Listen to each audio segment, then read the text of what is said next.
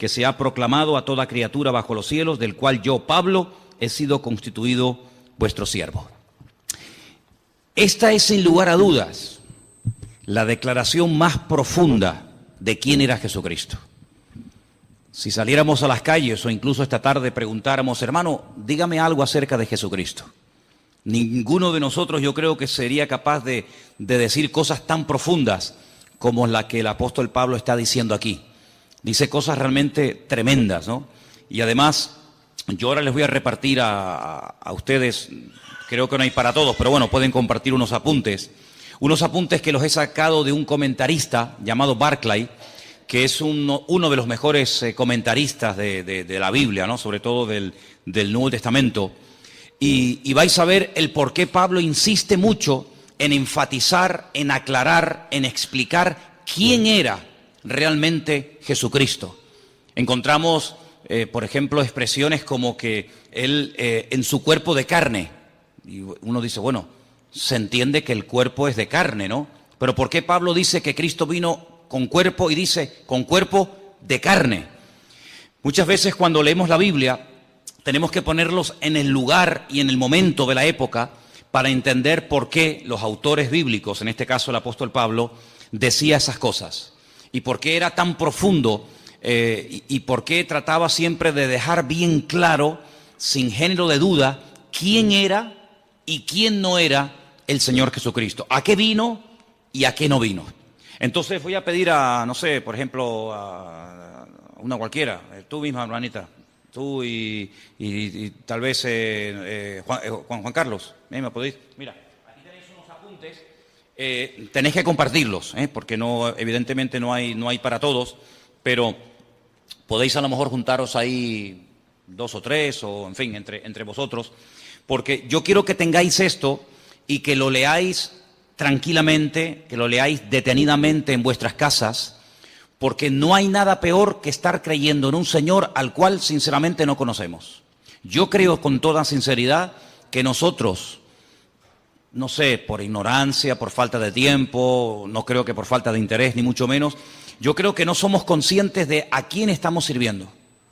Yo creo que aún no nos hacemos ni la más remota idea de quién era verdaderamente el Señor Jesucristo. A lo largo de la historia, se han dicho muchas barbaridades acerca de su persona, acerca de su obra.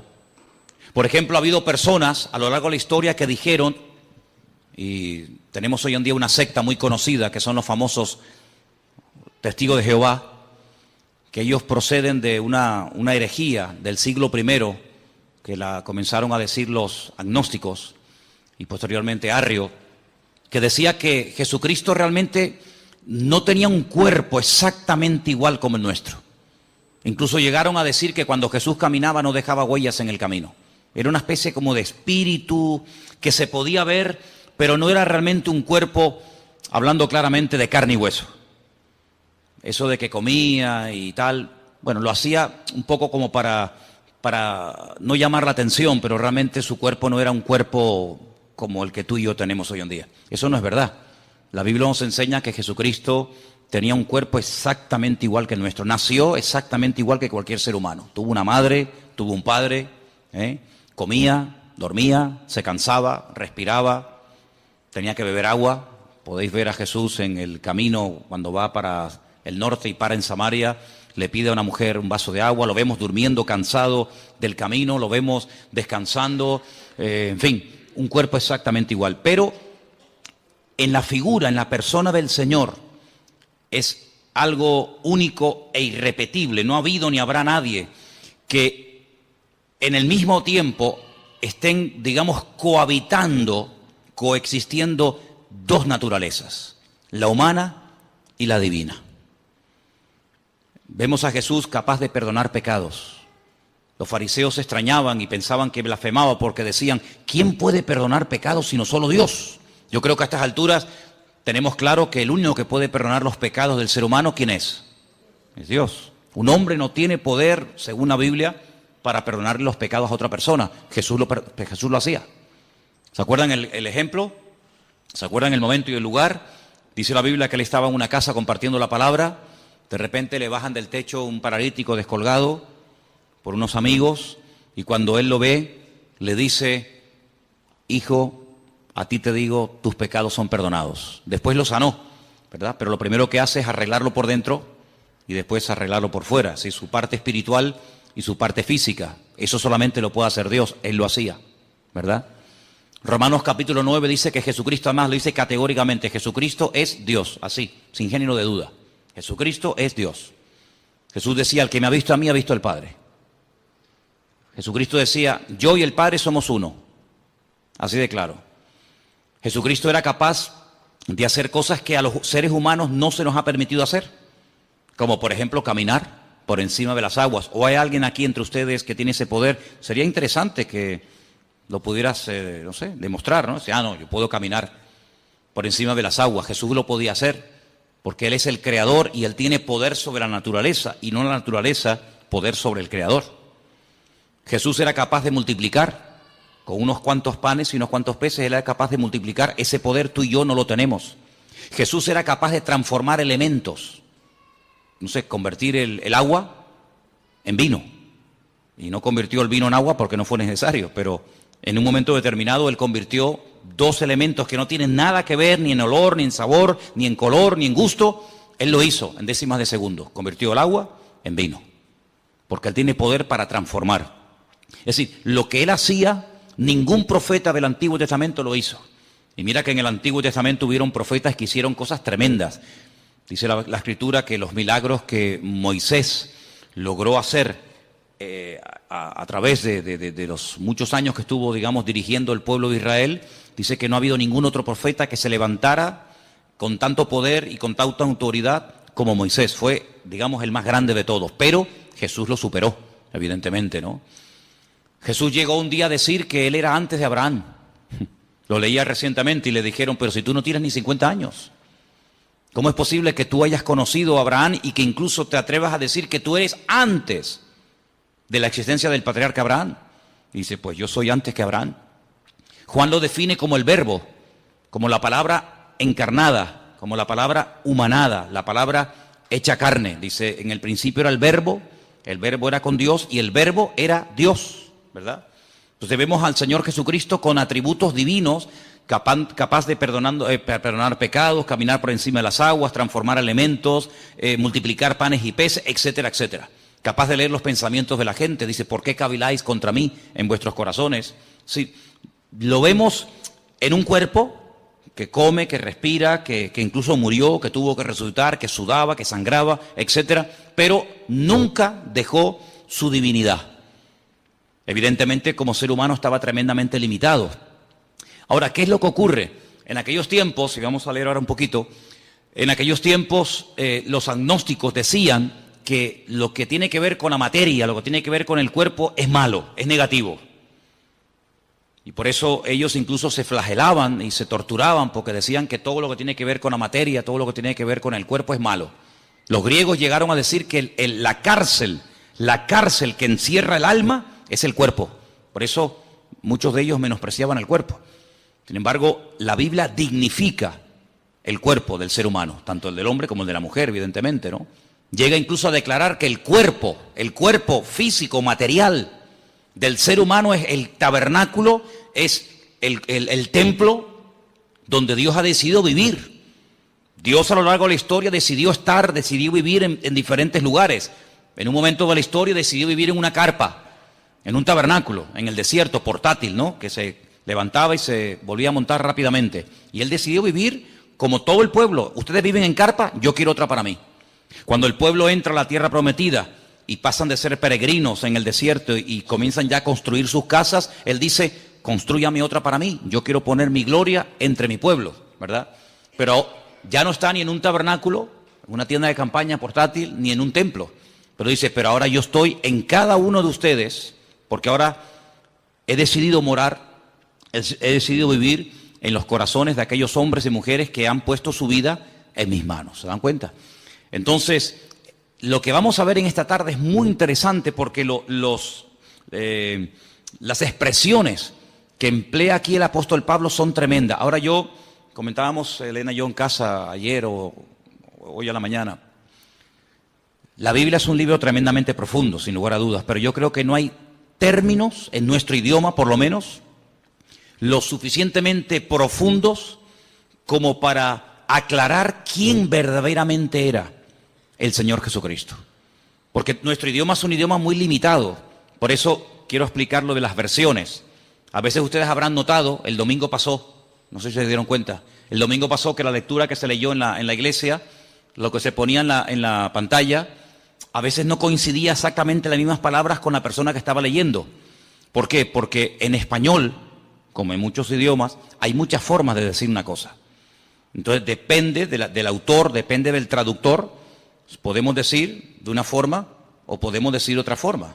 Estamos diciendo lo mismo, pero no habla igual un venezolano con colombiano, no habla igual un canario con catalán, no habla igual un boliviano que un argentino. O sea, hay diferentes expresiones, todos hablan el mismo idioma, pero cada pueblo, cada cultura, cada lugar, cada momento de la historia, pues tiene expresiones que van cambiando. El idioma no es algo muerto, el idioma es algo vivo, va cambiando de generación en generación.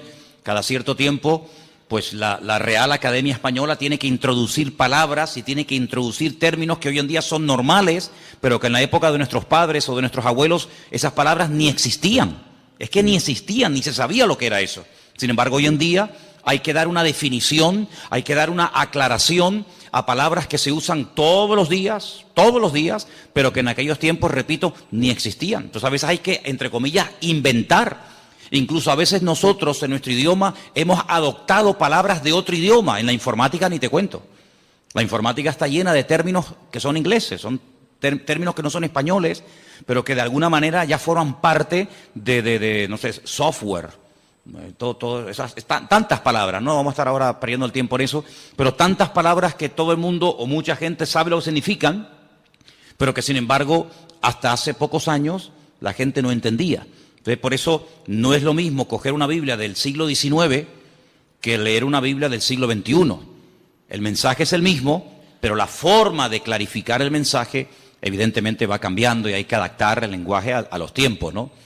Entonces, cuando el apóstol Pablo le decide escribir una carta a nuestros hermanos, a la iglesia local de los hermanos de Colosas, pues allí había unos problemas particulares que curiosamente a lo largo de la historia se han ido repitiendo. Entonces, en los apuntes que ustedes han recibido en esta tarde, perdonen la letra tan pequeñita, yo sé que algunos dirán, madre mía, yo esto no lo veo. Es que lo quise hacer grande y mira cómo salían los folios, salían unos folios enormes. Entonces, si quieren sigan la lectura. El resto de los comentarios de este capítulo, del versículo 15 al 23, está todo explicado aquí. No tiren estos apuntes, léanlo frecuentemente, porque hay expresiones que necesitamos saber qué es lo que realmente quiso decir el autor. Solamente me quiero parar en algo, y es que a Jesús se le llama, por ejemplo, en el versículo 15, ¿qué dice el versículo 15 en vuestra versión? ¿Lo podéis ver ahí un momentito? Colosenses 1:15, ¿qué dice? Leerlo juntos en altavoz, por favor.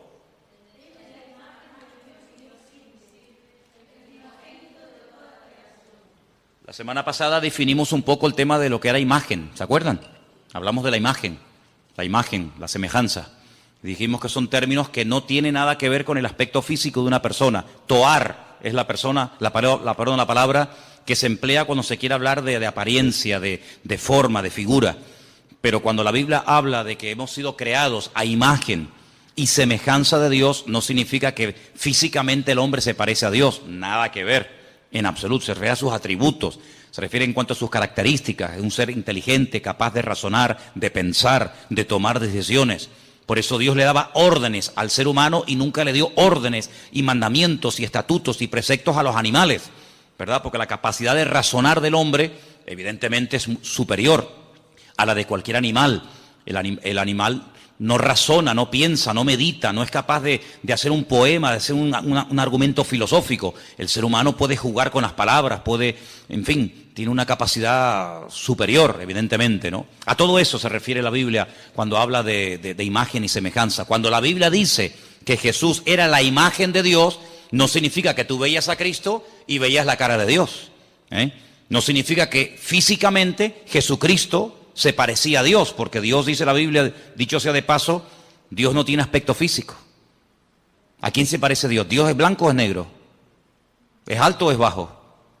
Es que no tiene nada que ver. Esos argumentos, esos adjetivos, no tienen nada que ver con Dios. Dios no es ni alto ni bajo, no está ni de pie ni sentado, no está ni aquí ni allá, no entra y sale, no está un día alegre y otro día triste. Dios es un Dios inmutable, es un Dios que es totalmente, desde mi punto de vista, totalmente imposible por muchos argumentos, por muchas explicaciones, por muchos adjetivos que utilicemos.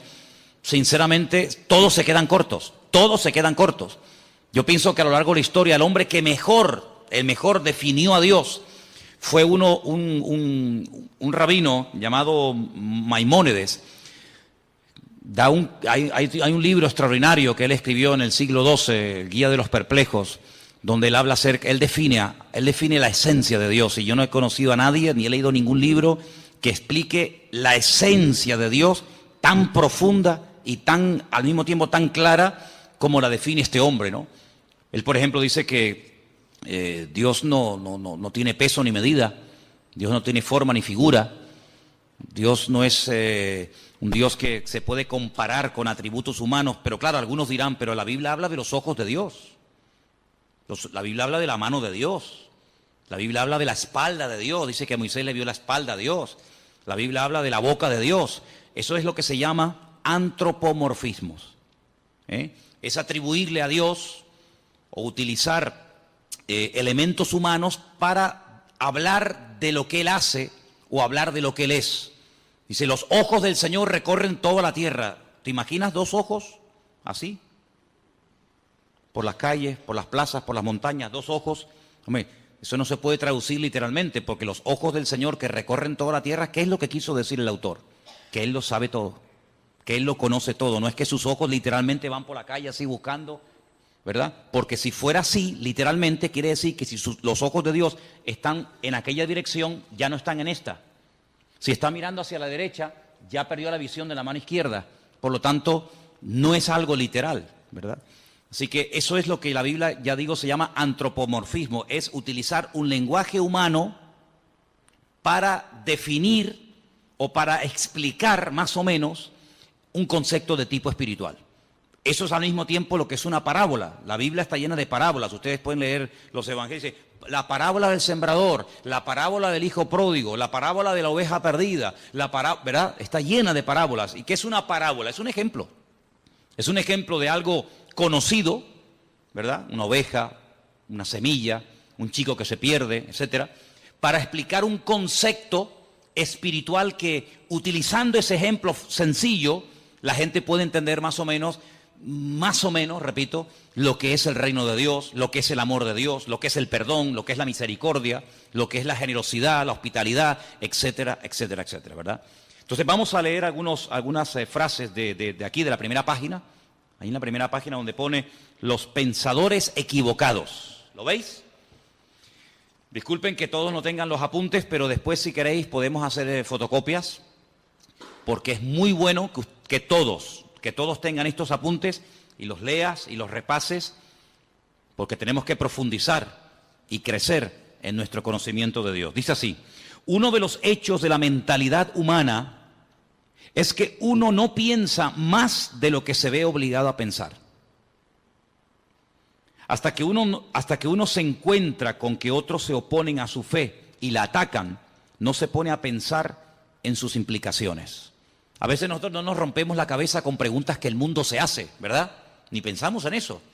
Pero, ¿verdad que cuando te hacen una pregunta que en ese momento no sabes qué decir, dices, ay, pues tengo que estudiar, tengo que preguntar, porque a mí nunca se me había pasado por la cabeza que alguien me hiciera esa pregunta?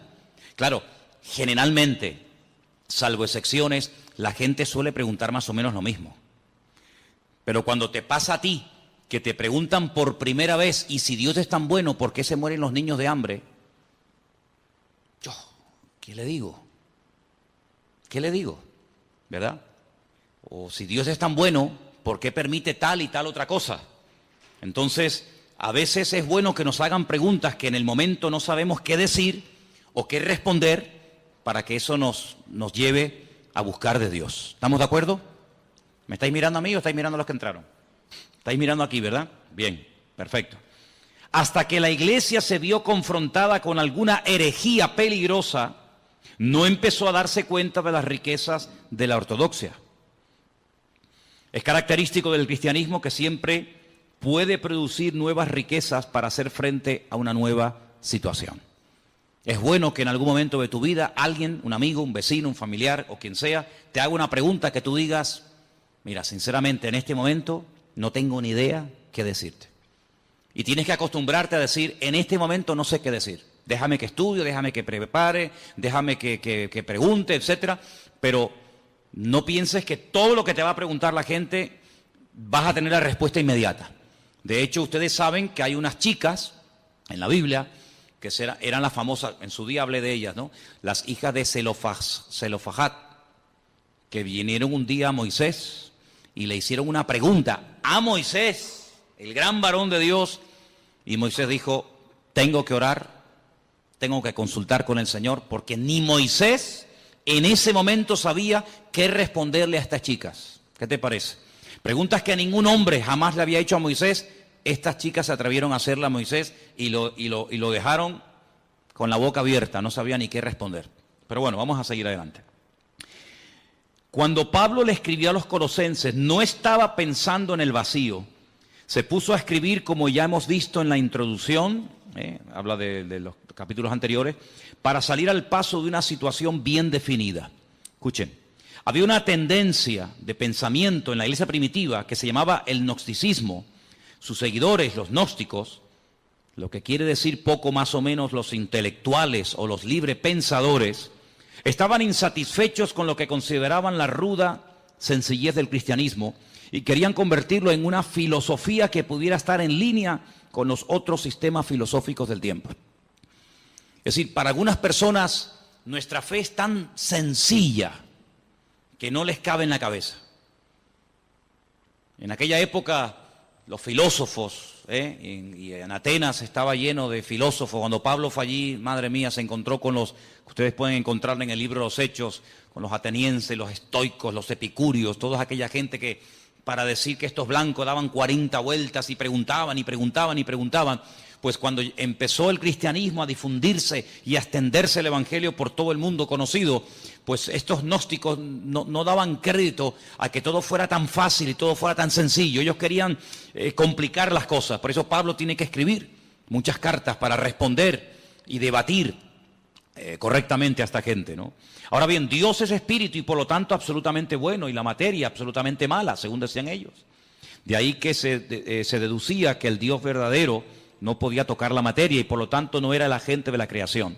Así es que los gnósticos creían que Dios había producido una serie de emanaciones, cada una más lejos de Dios que las anteriores, hasta que por fin hubo una lo suficientemente distante de Dios para poder tocar la materia y crear el mundo. Fíjese cómo se complicaba la vida a la gente. Ahora, hay no es una ciencia, porque realmente no es una ciencia, es muy difícil definir realmente lo que es, pero la Cábala o la Kabbalah, que es una interpretación mística de la Biblia, ellos tienen lo que se llama el árbol de la vida, que consiste en una serie de digamos como de emanaciones, una serie de puentes, una serie de estaciones entre Dios y el hombre.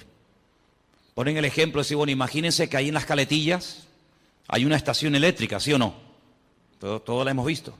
Esa estación eléctrica produce 1 millón de vatios. Y salen cables de la estación eléctrica de Caletillas, pues a todas partes, incluido llegan aquí a Santa Cruz. La luz que está entrando en este momento en este salón no es 1 millón de vatios. Si aquí entrara 1 millón de vatios, salimos todos por los aires, todos reventaríamos.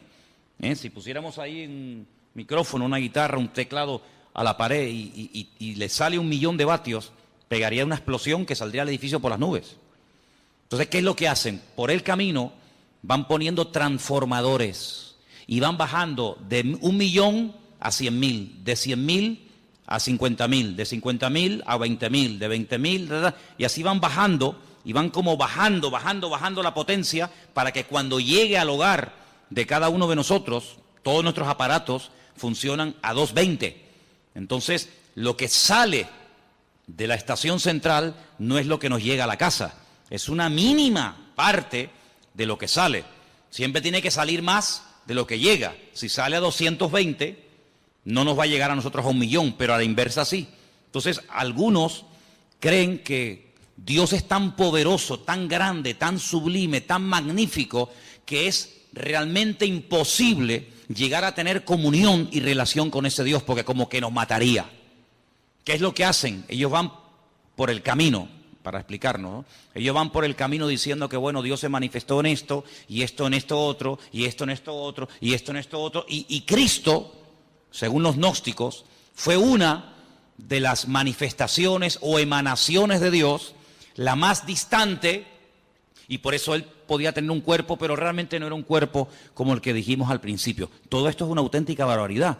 Algunos dirán, pero ¿cómo la gente se puede complicar tanto la vida? Pero esto fue antes del año 100, después de Jesucristo. Imagínense, si estas cosas no se aclaran al momento, si el apóstol Pablo, con la sabiduría y el conocimiento que el Señor le dio, no fuera capaz de taparles la boca, de hacer lo que se llama apologética, si defender correctamente los principios bíblicos, en el año 2015, siglo XXI, el evangelio estaría totalmente distorsionado y no tendría absolutamente nada que ver hoy el evangelio con el evangelio que predicaba Jesucristo y los discípulos. Por lo tanto, se tuvo que defender la fe en aquel momento, se tuvo que aclarar las cosas, y gracias al Señor tenemos, por ejemplo, la carta de los Colosenses, que va en una línea, la carta a los Efesios, la carta a los Tesalonicenses. ¿Por qué hay tantas cartas? Porque en cada congregación surgían diferentes opiniones o diferentes herejías. Por ejemplo, en Colosas decían que una de las formas de acercarnos a Dios es adorando a los ángeles. Ya parece que se ha ido a la moda, pero hubieron unos años, aquí en Canarias por lo menos, en los que en algunas farolas se veía pegados unos papelitos donde daban cursos para que la gente pudiera contactar con su ángel particular y ese ángel le llevara a Dios y de esa manera no ir directamente a Dios porque es demasiado poderoso, pero a través de un ángel como que se baja la intensidad. Se puso de moda el famoso libro o el famoso curso de milagros, ¿verdad? Donde la gente podía, entre comillas, producir con una serie de técnicas y con una serie de historias, sus propios milagros, autosanarse, autoliberarse, y ahí surgieron buenos pensamientos, la famosa nueva era, donde ellos dicen que el hombre es como un ser que tiene dormido, tiene como atrofiado una serie de valores, una serie de capacidades que el pecado ha apagado, pero que con una serie de clases y de principios y de no sé qué y no sé cuánto, ya no hace falta ni ir al médico ni que nadie ore por ti, sino que tú te puedes autosanar, porque tú eres una especie como de Dios en miniatura, una especie de ser tremendamente poderoso pero atrofiado, apagado, dormido, porque el pecado te ha, digamos, dormido esas capacidades espirituales, y bueno, y la gente se complica la vida de una manera con tal de no ir a Dios, con tal de no buscar al Señor, son capaces de buscarlo donde sea. Y por eso el apóstol Pablo fue un hombre muy usado, no solamente para extender el evangelio que nos ha llegado a nosotros exactamente igual, sino también para decirle a aquella gente las barbaridades que decían y para que hoy en día tengamos respuestas ante estas barbaridades. Entonces vamos a seguir leyendo un poquito y después nos vamos a meter en el pasaje. Los gnósticos llegaban todavía más lejos. Estamos en la primera página de los apuntes que les di. Conforme las emanaciones se fueron distanciando de Dios, se volvieron cada vez más ignorantes de Él. Y en las emanaciones más distantes se daba no solamente la ignorancia de Dios, sino la hostilidad hacia Él. Los gnósticos llegaban a la conclusión de que la emanación que creó el mundo desconocía y era hostil al verdadero Dios. Y algunas veces hasta identificaban esa emanación con el Dios del Antiguo Testamento. Eso tenía ciertas consecuencias. Ahora, si ustedes se dan cuenta, cuando el hombre no tiene una relación directa con Dios, cuando el hombre busca en fuentes equivocadas, es como lo que decía el profeta Jeremías: ustedes están buscando en cisternas rotas que no retienen el agua, y por eso cuando llegan a una cisterna rota la encuentran vacía.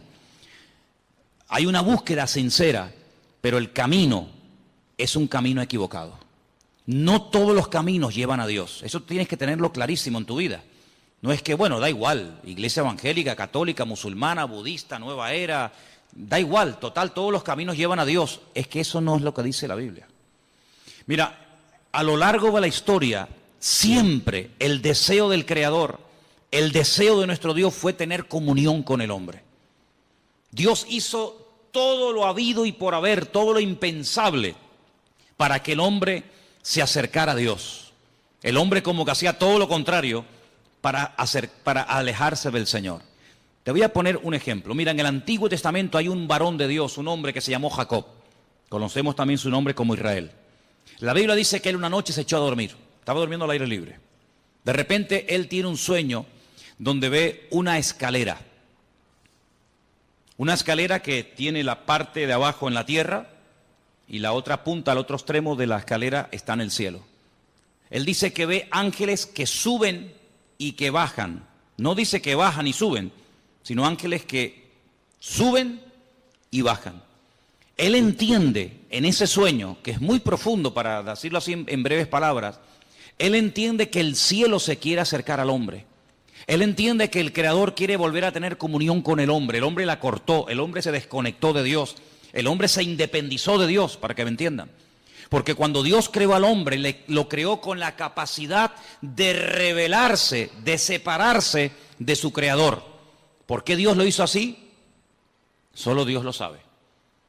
Pero una de las razones elementales y básicas de por qué Dios le permitió al hombre rebelarse contra su Creador es por una sencilla razón. Porque Dios no quiere amor a la fuerza. Si tú no me amas, yo no te voy a obligar a que lo hagas. Si tú no me quieres servir, yo no te voy a obligar a que me sirvas. Si tú no quieres estar conmigo, yo no te voy a obligar a que estés. Yo te voy a crear con la capacidad de rebelarte, con la capacidad de distanciarte de mí. Y el hombre utilizó esa capacidad como ser perfecto que era, porque si no tenía esa capacidad, luego no es perfecto. El hombre utilizó ese libre albedrío, esa capacidad y se desconectó de Dios. Claro, las consecuencias fueron terribles. Dios le dijo, bueno, pues si en este lugar que yo lo he creado para ti y no tienes que hacer absolutamente nada para subsistir, sino que yo te lo he dado prácticamente todo hecho. Fijaros que el hombre ni tenía, hermanos, que matar animales para poder comer. El hombre no fue creado para matar, por eso el hombre tiene que utilizar armas. Los animales, cada uno tiene sus armas de defensas, ¿verdad? Unos tienen cuernos, otros tienen garras, otros tienen veneno. El ser humano no tiene nada, porque el ser humano no fue diseñado para matar. Por eso el hombre tiene que usar una pistola, un palo, una piedra, una escopeta, un rifle, porque el hombre no tiene la capacidad por sí misma de matar a otro ser humano, porque no tiene ninguna arma poderosa. Ahora, fijaros qué interesante, cuando el hombre se desconecta de Dios, Dios lo tiene que echar de aquel lugar perfecto y de armonía que todos conocemos como el Gan Edén, el jardín del Edén. Y cuando sale de ese lugar, él se percata, él se da cuenta de todo lo que ha perdido. Ahora el hombre tiene frío, ahora el hombre tiene calor, ahora el hombre suda. Sudar significa perder humedad, con la capacidad de poder deshidratarte. La mujer comienza a sentir dolores. La mujer no fue creada para tener la menstruación todos los meses. En el momento en el que peca, comienza a experimentar el hombre pérdida de humedad y la mujer pérdida de sangre todos los meses. La tierra se le vuelve en su contra. Los animales que antes dominaba, ahora en cierto sentido tiene que cuidarse de ellos porque le pueden quitar la vida. Y así una serie de consecuencias terribles. Pero a pesar de eso, Dios no se desentendió de la raza humana. Dios no dijo, bueno, ustedes no quieren estar conmigo, ahí se quedan. Sino que el hombre sigue, permítame la expresión, detrás del hombre, buscando al hombre. Les habla a través de Noé, pasan de Noé. Les habla a través de Abraham, pasan de Abraham. Les habla a través de José, pasan de José. Les habla a través de la ley de Moisés, pasan de la ley de Moisés. Y así a lo largo de la historia, hasta que personalmente Él se humana, Él se encarna y viene, dice, y habitó entre nosotros y vimos su gloria. Bueno, ya después de tantas manifestaciones del amor de Dios y de tantas oportunidades, el hombre habrá entendido que no se puede esconder de Dios. ¿Qué es lo que hacen? Matan a su hijo, creyendo que de esa manera ya Dios va a cesar en esa ansia, en ese anhelo de buscar constante y permanentemente al hombre. Nada más lejos de la realidad. Lo matan y el Padre dice en Romanos capítulo 8 que a través del poder de su Espíritu Santo resucita a su Hijo al tercer día. Luego la muerte no acabó con Cristo, la muerte fue el inicio de una etapa nueva, donde ahora ya no va a estar bajo la ley de un antiguo pacto, sino la ley de un nuevo pacto. Vienen los apóstoles, vienen los discípulos, vienen los padres de la iglesia, a lo largo de la historia, siglos y siglos y siglos y siglos. Dios continuamente buscando al hombre. El hombre inventando todo tipo de excusas, todo tipo de herejías, todo tipo de barbaridades, que si él no murió, que si él se desmayó, que si María Magdalena se equivocó de tumba, que si los discípulos robaron el cuerpo, que si se equivocó de no sé qué, que si no tenía cuerpo, que si no tenía espíritu, una detrás de otra. Pero sin embargo Dios, en el anhelo y en el deseo de buscar al hombre, hoy en día sigue tocando y llamando a la puerta de los corazones. ¿Para qué? Para tener comunión, para tener relación contigo y tú con él. Y de esa manera poder descubrir el propósito de tu existencia.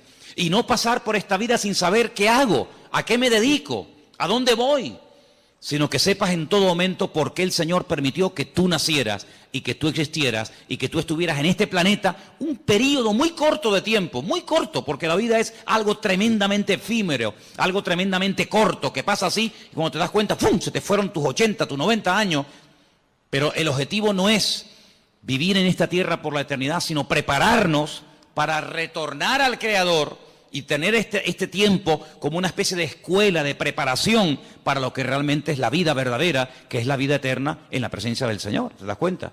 Entonces, el diablo ha intentado por todos los medios, habidos y por haber, cegar. Que la ignorancia sea la tónica habitual del ser humano. Que no lea la Biblia, que no se acerque a Dios, que se acerque a otras cosas, que tenga todo tipo de experiencias y de sensaciones, menos la búsqueda sincera y genuina de buscar a Dios. Pero vemos en la palabra de Dios que el hombre sigue y sigue y sigue y sigue rebelándose contra el Creador, pero todos aquellos que le reconocieron les dio el derecho de tener un título que solamente llegó a tener un pueblo en la tierra, y es la de ser llamados hijos de Dios. ¿Cuántos dicen amén? Así que ya Dios no podía hacer nada más. Ahora vamos a seguir leyendo un poquito más adelante en los apuntes que les he dado, porque hay una expresión que se usa que se ha malinterpretado hasta el punto de decir, y te dicen, no, es que la Biblia lo dice, que Jesucristo, escuchen bien porque esto es muy sutil y ustedes tienen que tenerlo muy claro, que como Dios sabía que el hombre iba a pecar, porque Dios lo sabe todo de antemano antes de que ocurra, ¿sí o no? Dios es omnisciente, todo lo sabe, nada le sorprende. Ya Dios había creado en un principio, antes de la creación del universo, a Jesucristo. Y lo tenía como preparado, lo tenía como reservado, para que cuando el hombre pecara, como nada podía redimir al hombre del pecado, sino solamente a través de la sangre incontaminada y limpia y pura del Señor, pues ya Él lo tenía preparado desde antes de la fundación del mundo para que muriera por nosotros. ¿No se pueden ustedes imaginar la cantidad de gente que cree eso?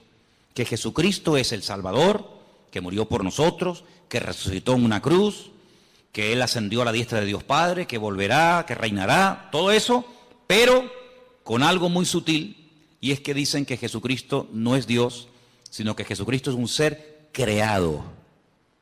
Eso significa, como una vez un señor vino aquí y lo tuve que expulsar de la iglesia, porque eso es una auténtica herejía, que si Dios creó a un arcángel que luego se rebeló contra el Señor y que conocemos hoy en día con el nombre de Satanás, que en un principio no era Satanás sino Luzbel, ¿verdad? Ese lucero, significa que si Dios lo creó a él y creó también a Jesús, hay un parentesco, porque son hijos del mismo Padre, tanto uno como otro, y ahí no le permití que siguiera adelante, sino dije, no, lamento mucho, si usted cree en eso, si usted cree que estos dos son hermanos, esto se acabó.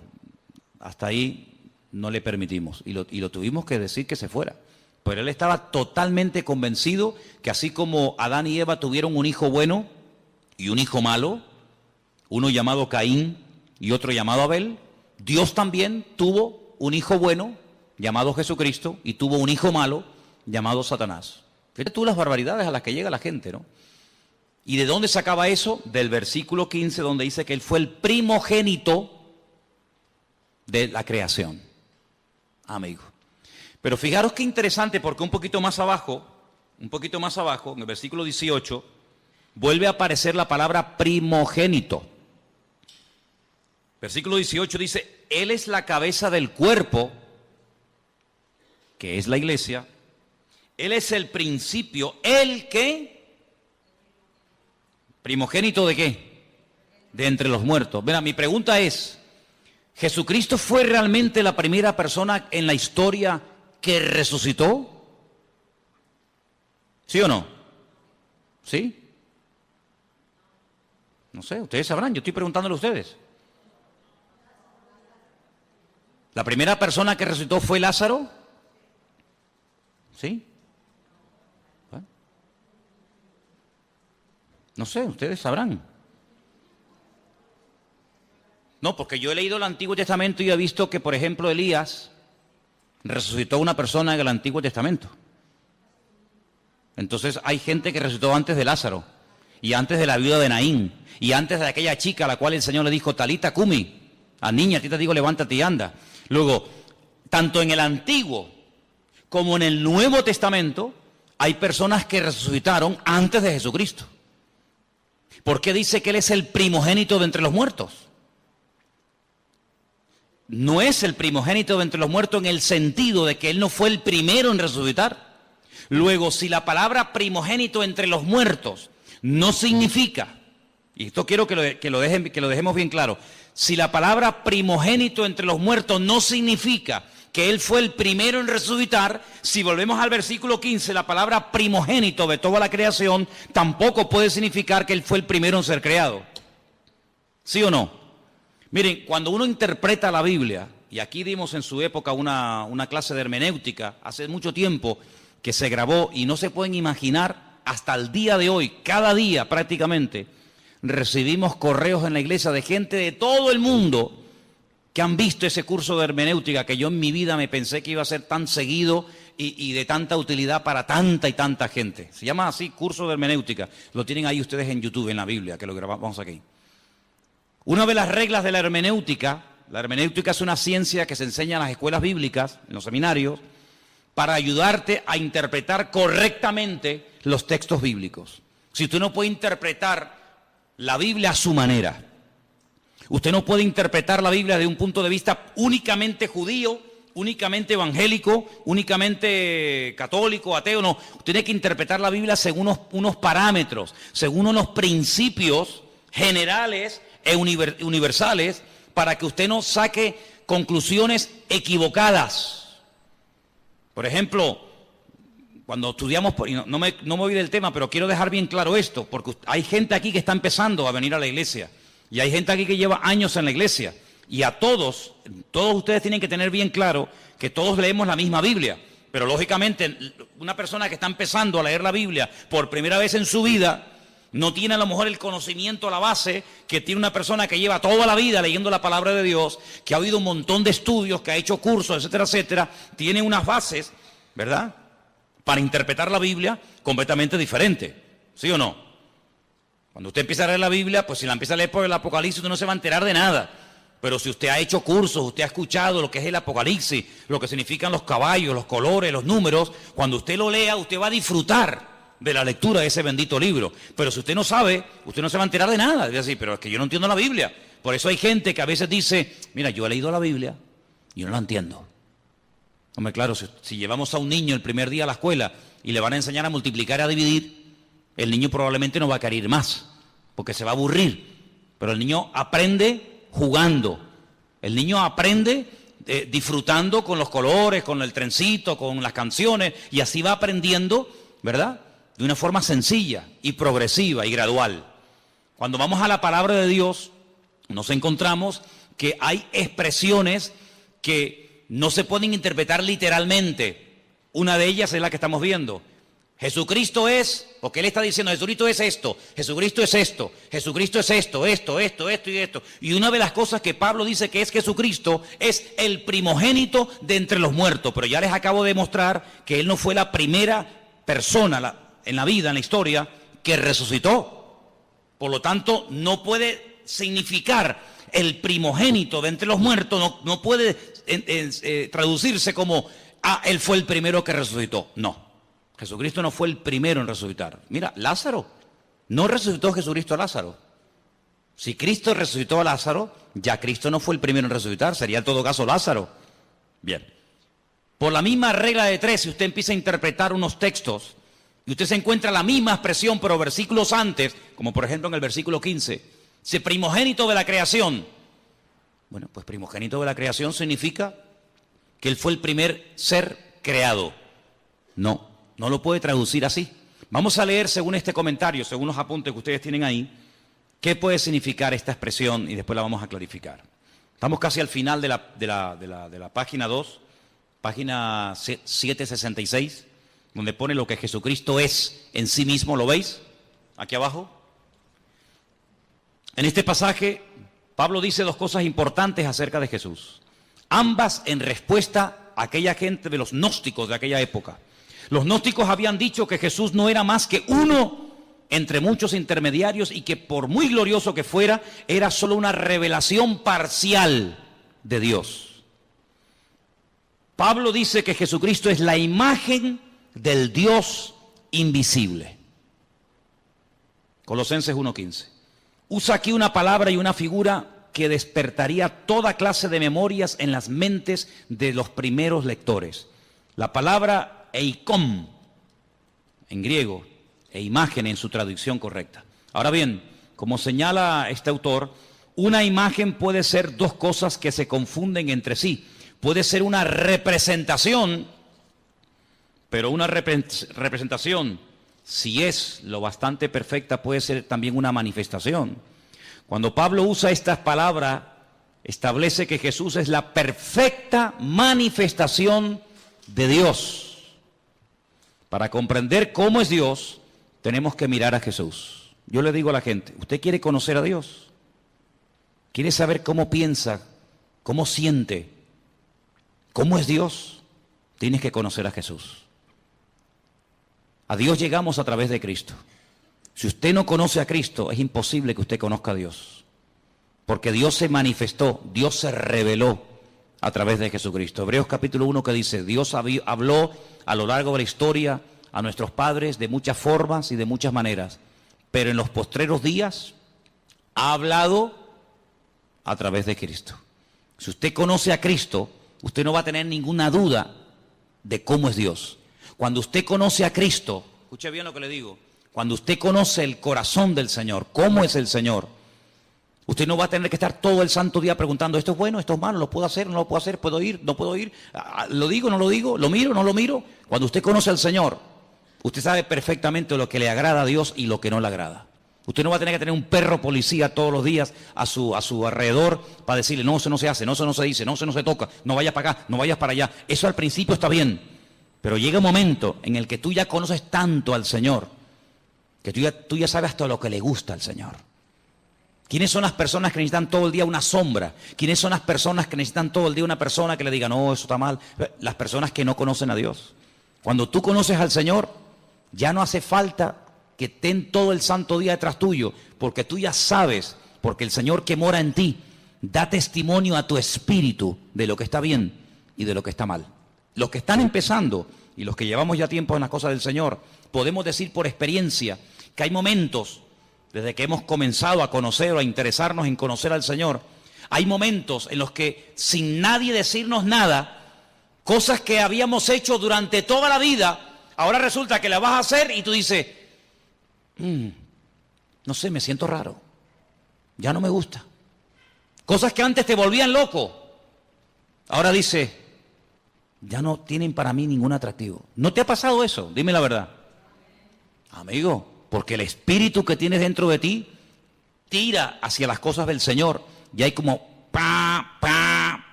como una alarma que te dice, eso no está bien. Nadie lo sabe, nadie te ha visto, pero el Señor que mora en ti ya comienza a hablarte. Si tú esa voz la cultivas, no la apagas, no la ignoras, sino si tú esa voz, esa sensación, por decirlo así, tú le prestas atención cada día, tú vas a ser más sensible a lo que tienes que ser y nada sensible a lo que no tienes que ser sensible. ¿Cuál es el problema del ser humano en reglas generales? Que a veces somos tremendamente sensibles en cosas que nos tenían que dar lo mismo.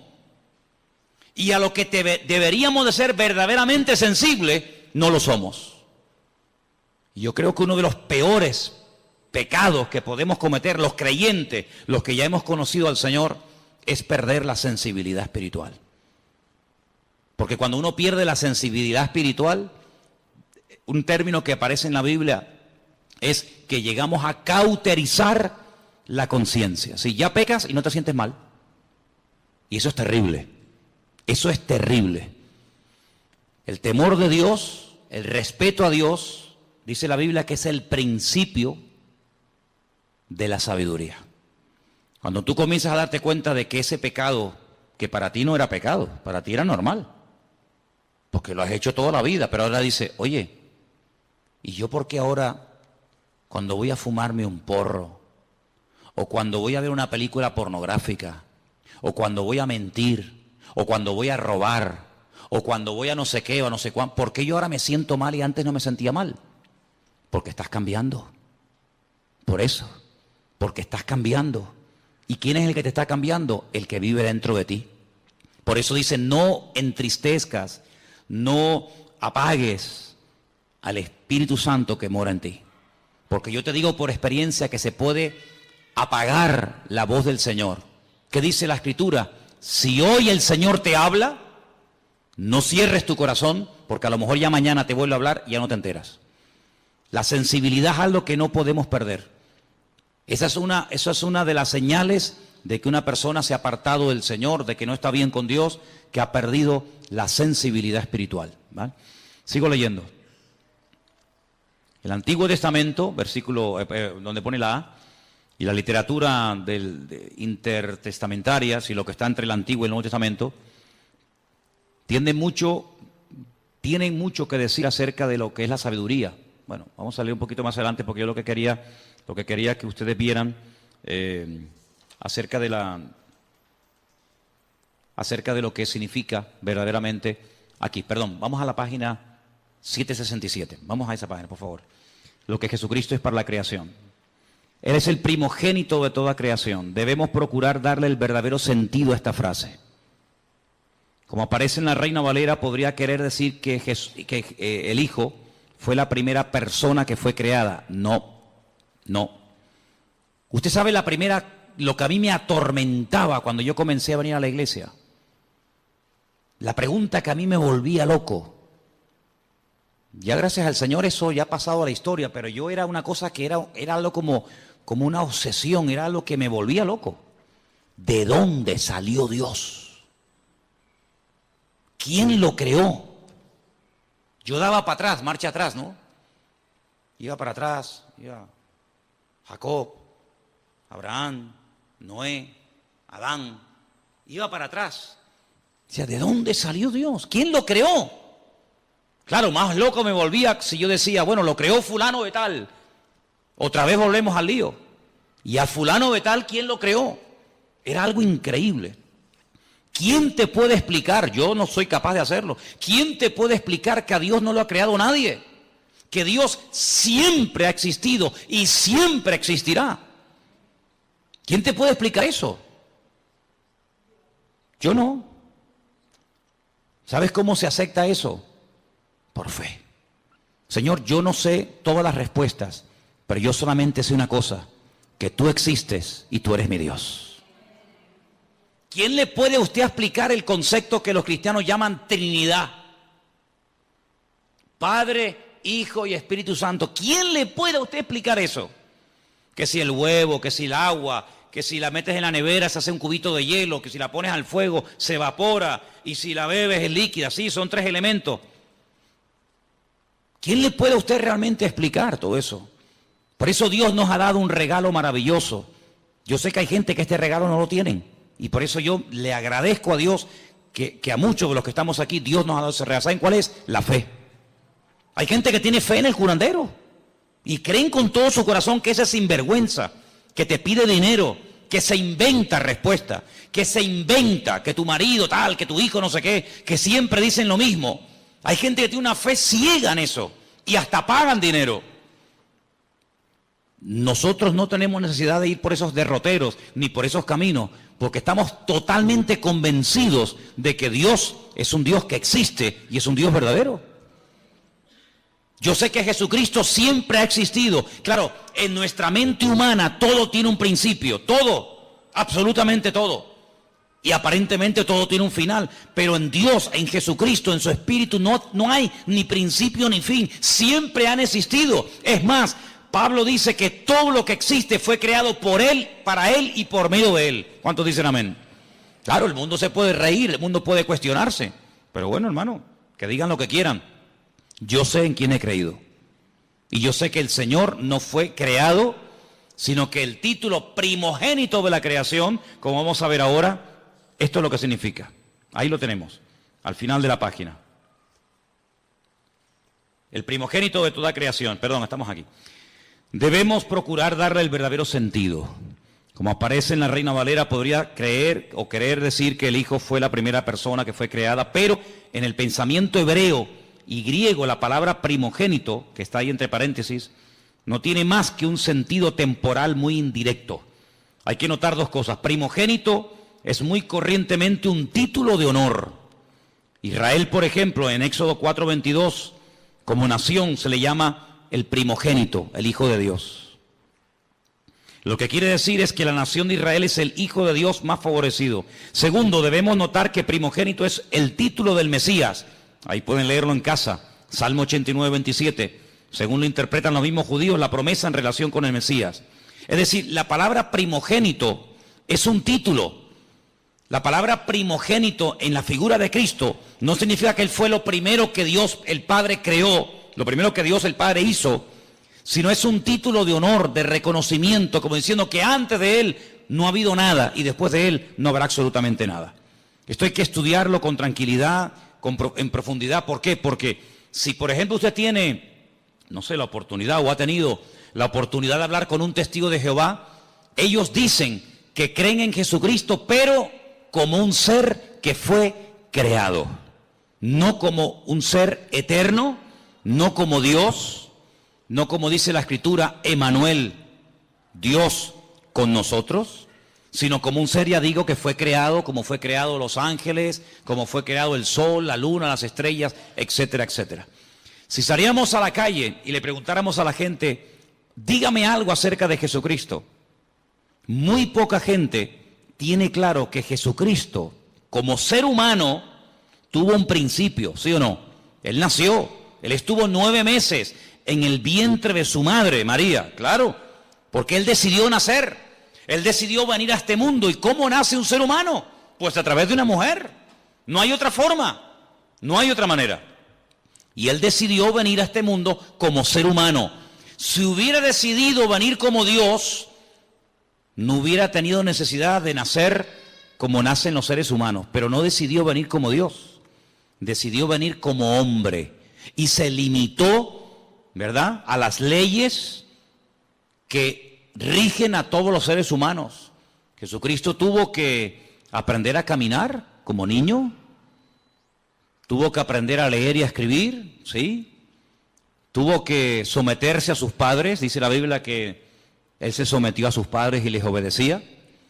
Y como ser humano vivió una vida totalmente normal. Fíjense qué normal era el Señor, que en el jardín de Getsemaní, cuando uno de sus discípulos decide traicionarlo, decide venderlo, si hubiera sido un ser tremendamente llamativo, con una aureola, con una luz especial, no hubiera sido necesario que Judas, a los que venían a prenderle, les dio una señal. ¿Cuál fue la señal? ¿Cuál fue la clave que indicó a los que venían a prender al Señor que ese era el Señor? ¿Cuál fue? El beso, el famoso beso de Judas, ¿no? Podía haber dicho, mira, el más alto, el más guapetón, aquel que tiene una luz blanca que le sigue a todas partes, aquel que está siempre rodeado de ángeles, aquel que levita y no toca con los pies el suelo, sino que va así, como volando, ¿no? No, era tan normal, que hasta Judas tuvo que decir, tengo que darle un beso, porque pasa desapercibido delante de todas las personas. Porque el atractivo realmente del Señor no era el aspecto físico, sino era la esencia de lo que Él era y de lo que Él verdaderamente había venido a hacer a este mundo. Y nosotros tenemos que profundizar en nuestro conocimiento del Señor. Por eso animo a los que están empezando que lean los evangelios. Tenemos 4. ¿Cómo se llaman? Mateo, Marcos, Lucas y Juan. Ahí ustedes van a encontrar cómo hablaba, cómo reaccionaba cuando lo criticaban, cómo pensaba, cómo se movía en medio de sus enemigos, cómo trataba a los niños, a las mujeres, cómo trataba a sus discípulos, cómo era intolerante frente al pecado, pero tremendamente misericordioso y compasivo ante gente que había caído, pero que les daba la oportunidad de rehacer su vida. Y ahí en los evangelios encuentras a Cristo como ser humano, pero también como un Dios perfecto, humanado, limitado entre nosotros, pero que nos amó tanto que se dejó matar. Ahora, el concepto tal vez más profundo de lo que Él es, el concepto más maravilloso de todos los que rodean a Dios, podemos decir que Dios es santo, ¿sí? Podemos decir que Dios es justo, podemos decir que Dios es bueno, en fin, podemos decir un montón de cosas, ¿sí o no?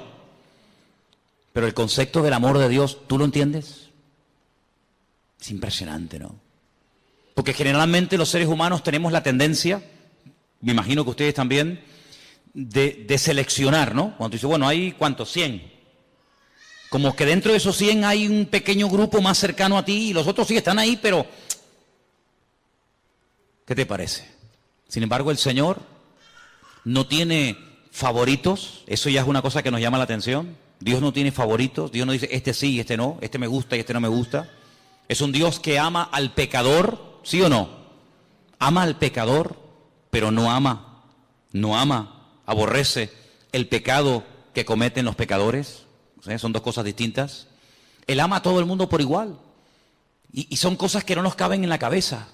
Porque ahora, por ejemplo, se está hablando mucho de este chico que huyó al extranjero, que mató a 2 jóvenes en la península, ¿no? Imagínate que ese chico viene a España, lo condenan y tiene que cumplir 15, 20, 30 años, en fin, lo que le toque. Imagínate que mañana va a esa cárcel un pastor, un hermano, una hermana, le habla del Señor. El chico reconoce la barbaridad que ha hecho, se arrepiente, pide perdón al Señor. Mi pregunta es, ¿Dios perdonaría a esta persona?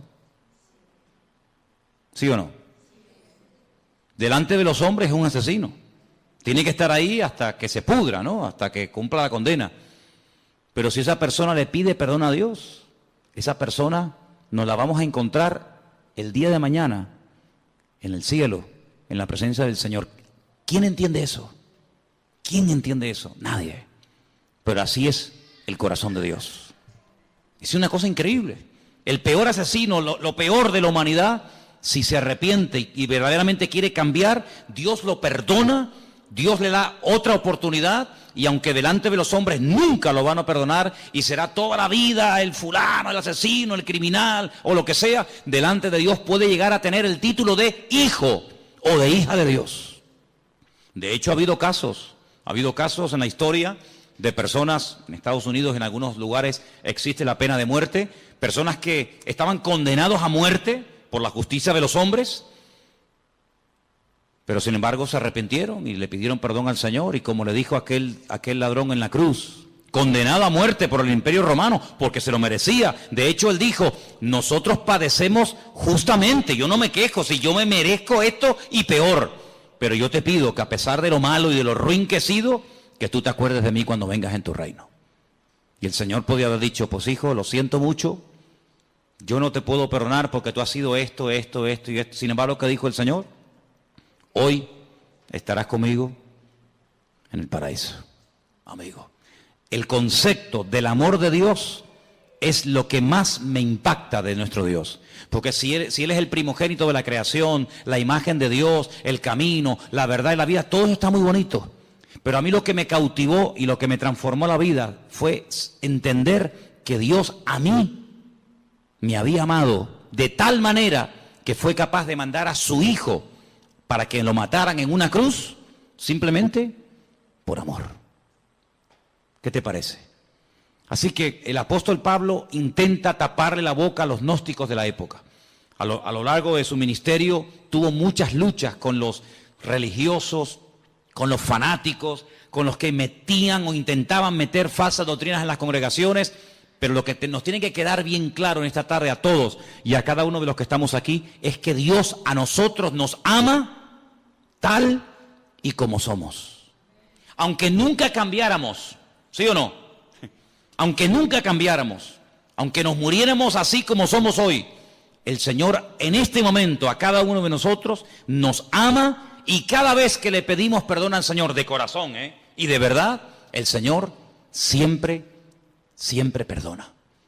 Hace unos días estaba en televisión y como una novedad, como una cosa, como que hubieran bajado extraterrestres del planeta X y vinieran a este mundo y dijeran, oye, que han venido unos extraterrestres, como una cosa del otro mundo. Daban la noticia en todos los medios de comunicación de las últimas declaraciones del Papa, que si una mujer que abortó, ¿no dijo más o menos así? Verdaderamente de todo corazón pide perdón a Dios, que hay que perdonarla, y lo contaron. Y yo digo, pero mira, si eso lo sé yo hace 30 y pico de años cuando me convertí a Cristo. Sinceramente, a lo mejor para usted, señora, o para usted, caballero, será una cosa de decir, oye, que cómo estamos cambiando, qué cosa tan tremenda. Pero miren, ¿sabes qué? Es que yo conozco al Señor, no me hace falta que don Francisco diga semejante cosa, porque ya mi Dios en su palabra me ha dicho que el que viene a mí, yo no le echo fuera.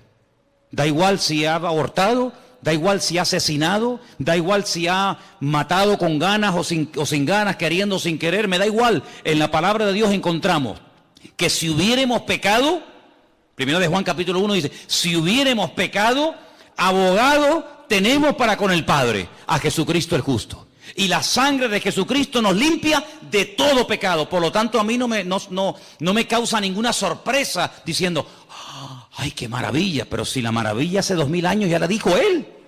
Ya hace 2000 años el Señor Jesucristo murió en la cruz para demostrarle a toda la raza humana que no importa lo lejos que nos hayamos separado de los caminos del Señor, no importa, mira, lo bajo que hayamos caído, las barbaridades que hayamos hecho, si le pedimos perdón al Señor, Dios siempre perdona y otra cosa más, y olvida. ¿Cuántos dicen amén? El Señor a nosotros no nos dio la capacidad de olvidar las cosas malas que nos hacen. Una cosa es que no nos domine, una cosa es que no me quite el sueño, una cosa es que no esté ahí continuamente amargándome la existencia, y otra cosa es que yo olvide. Si usted me pega ahora a mí una patada y usted me pide perdón y yo te perdono, oye, yo te perdono, pero yo no puedo olvidar que tú me pegaste una patada, y además si se me quedó un moretón y si me tuvieron que escayolar, pues menos todavía. Pero hay una característica tremenda, que un Dios todopoderoso diga y declare categóricamente, y Él no miente, que cuando Él perdona, Él olvida al mismo tiempo. Como diciendo, yo nunca te voy a echar en cara, nunca te voy a reprochar lo que me hiciste o me dejaste de hacer, lo que dijiste o dejaste de decir. Solamente hay un ser en todo el universo que es capaz de amarnos y de soportarnos como Él, y Él se llama Jesucristo, Rey de Reyes y Señor de los Señores.